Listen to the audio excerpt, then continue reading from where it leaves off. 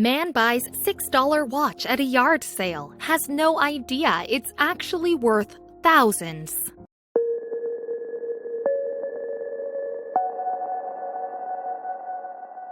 Zach Norris was just your average guy. Living in Phoenix, Arizona, he enjoyed the simple things in life, like spending time with his fiance, golfing at the many courses in the area, and, in his free time, collecting watches.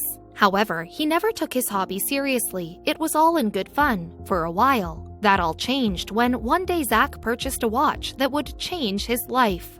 Because while he bought it for a mere $6, its true value was much greater.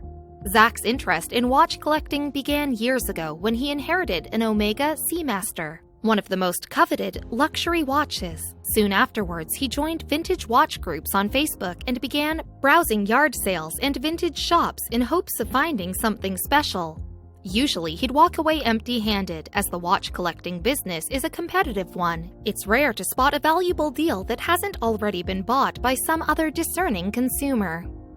Zach knew the ups and downs of the hobby. He bought a vintage Eniker Sherpa Ultra Drive for a little over $41, which ended up being worth an impressive $1,000. He also had some disastrous finds.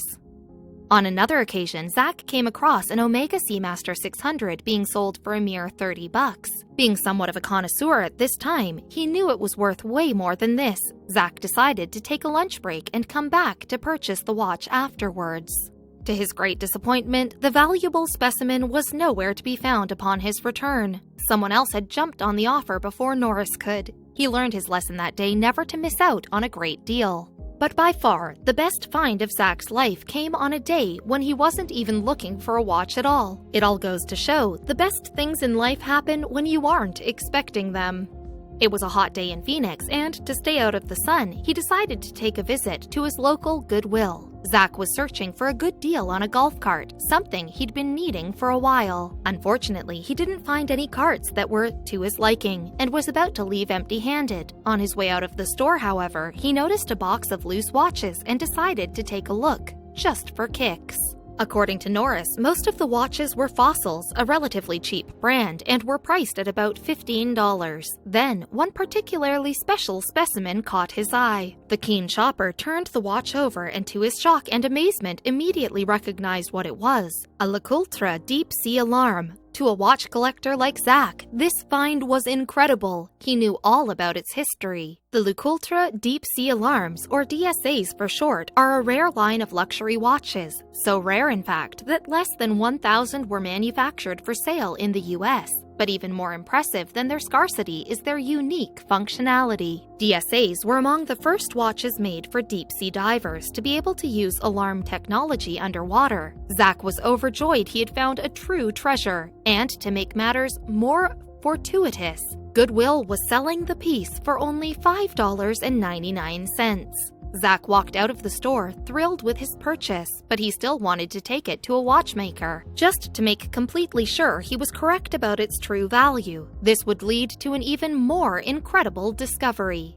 The jeweler in Scottsdale confirmed the watch was a genuine DSA, and, based on a slight weathering and its serial number, it was likely made in 1959. The very first year these watches were manufactured. The question remained, though, just exactly how much was it worth? Norris ran to the vintage watch groups on Facebook and posted about his find. Immediately, he was inundated with offers of people willing to buy it for thousands of dollars. Deep down, was conflicted. On one hand, the DSA was incredibly special to him, but at the same time, Zach knew that the money he would make off of it could also change his life. The decision weighed on him. Then, just like magic, Norris found the perfect buyer that put his worries to rest. Eric Koo wasn't just any watch collector. He was a revered Rolex dealer who Zach himself deeply admired. The two quickly got into negotiations.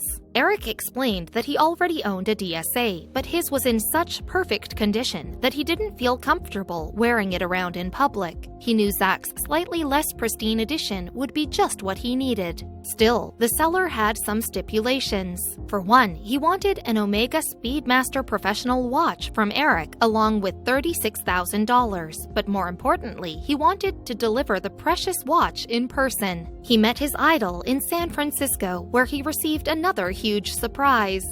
Not only did the two make a deal, but they also became good friends, spending the day together and eating lobster rolls at the Old Port Lobster Shack. Zach told his new friend what he had planned to spend his money on. His upcoming wedding. That was his first priority. And as for the rest of the $36,000, he put it towards buying yet another luxury watch, as well as improving his overall quality of life. Yet, not all who come across valuable items decide to sell them.